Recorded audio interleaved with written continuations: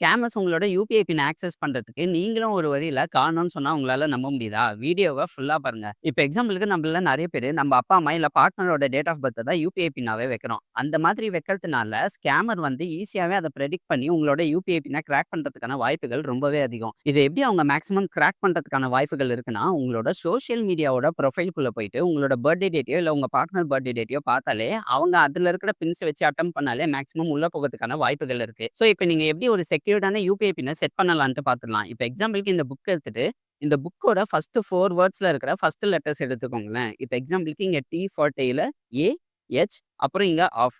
இதுல வந்து பார்த்தீங்கன்னா, இந்த டீய நீங்க 1ஆ பார்த்துக்கலாம். அதேபோல இந்த ஏவ வந்து நீங்க 3ஆ எடுத்துக்கலாம். இந்த கேப்பிட்டல் ஹெச்ச நீங்க 4ஆ எடுத்துக்கலாம்.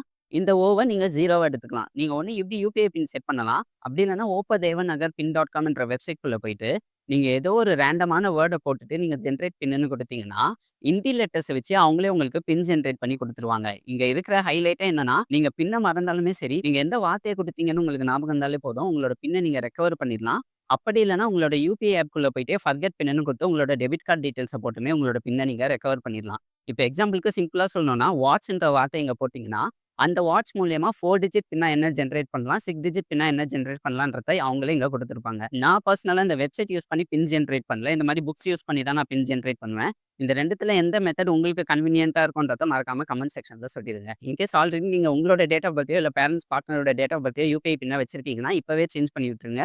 அந்த மாதிரி யுபிஐ பின் வச்சிருக்கிற உங்களோட ஃப்ரெண்டுக்கு மறக்காம இந்த வீடியோவ ஷேர் பண்ணி